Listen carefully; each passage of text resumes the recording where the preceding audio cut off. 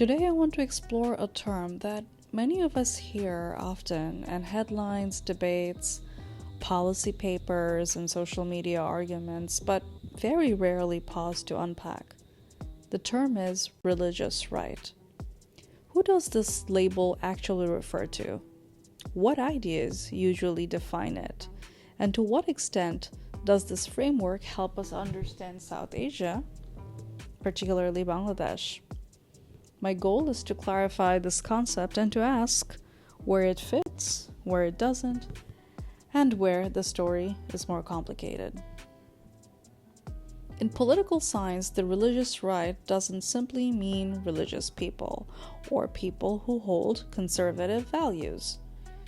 Religious right refers to political movements that seek to shape law, policy, and public life according to particular religious interpretations. Religious right typically shares some combination of these: a belief that society has morally declined, a desire to restore an imagined authentic past, a skepticism towards secularism or liberal social change, emphasis on family, gender roles, and public morality. There's also a close alliance between religious identity and national identity, and the idea that religion should guide the state, not stay private. Around the world, this takes different forms. In the United States, it has centered on evangelical Christianity, in parts of Eastern Europe, on Orthodoxy, in India, Hindu nationalism, in parts of Middle East, on Islamist politics. So the content changes, but the structure remains remarkably similar. Across countries, the religious right tends to operate through mass mobilization of religious institutions, through charismatic leadership and emotional rhetoric, with heavy use of symbols, rituals, and memory. And there is moral panic around gender, sexuality, or cultural threat.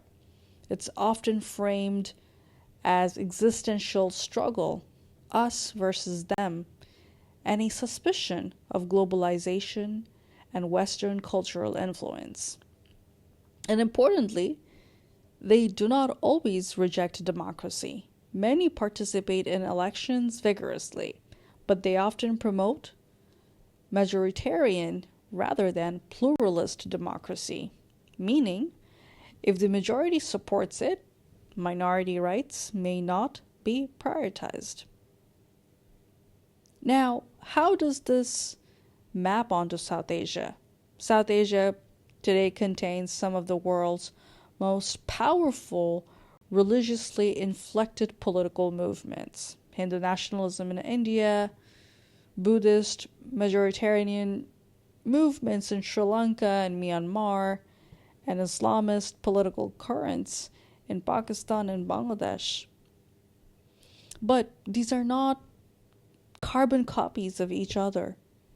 They emerge from different colonial histories and legacies and different relationships between state and religion, different economic inequalities and realities, and different elite politics.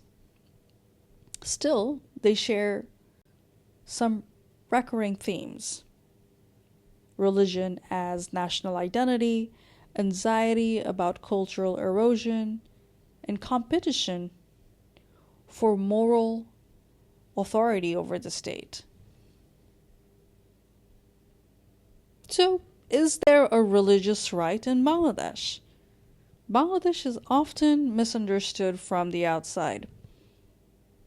This is a country that was founded with a liberation war story, strong secular constitutional language, and a deep cultural pride in Bengali identity. But it is also a Muslim majority society with vibrant religious practice and multiple Islamic intellectual traditions.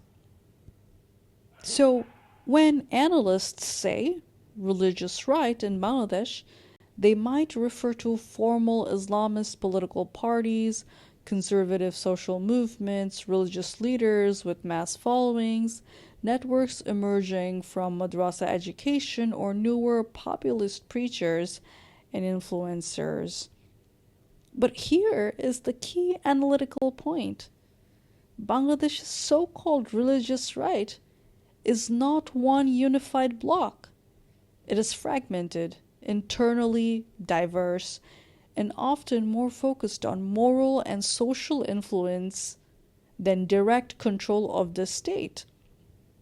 And its rise is tied not just to theology, it is tied to inequality, urbanization, migration, failures of secular elites to remain representative, and disillusionment with political parties. In other words, people don't only mobilize because of religion. People mobilize because religion is one of the few languages that still feels honest and accessible. So, what elements of the global religious right are visible in Bangladesh? We do see several familiar patterns. There's a concern about preserving moral order. There are public debates around gender and family.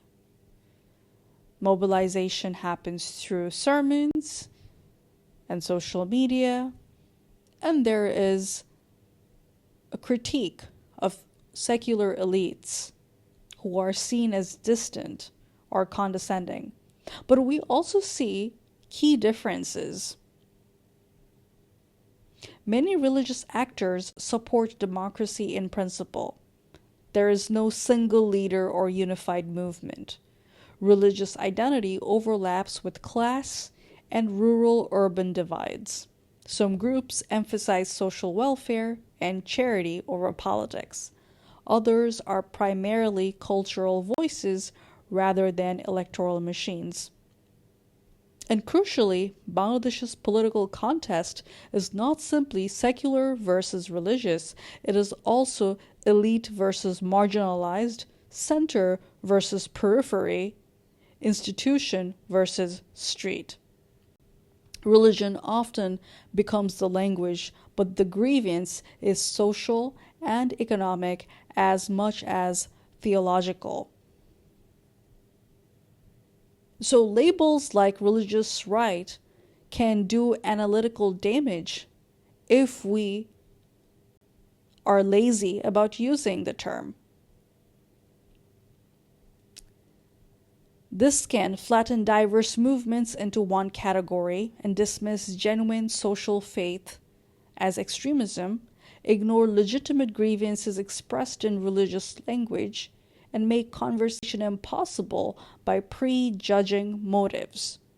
At the same time, we should also be honest about risks. Majoritarian identity politics can endanger minorities. Moral policing can harm women and dissenters.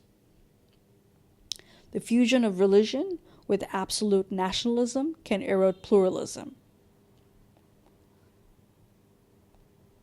So the challenge is to hold two truths at once. Religion is a meaningful source of identity and ethics, and its politicization can empower and endanger. So context matters.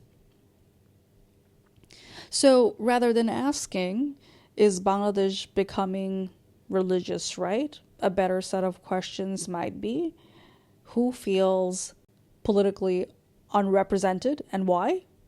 How do class, language, and education shape religious politics? Which leaders mobilize faith for social justice and which for exclusion? What economic conditions are pushing people toward moral politics? How do minorities experience these shifts? How do secular elites talk, and who they fail to talk to? Because religion alone does not explain Bangladesh. Religion plus inequality plus history plus power does. The religious right is not simply a label. It is a constellation of ideas.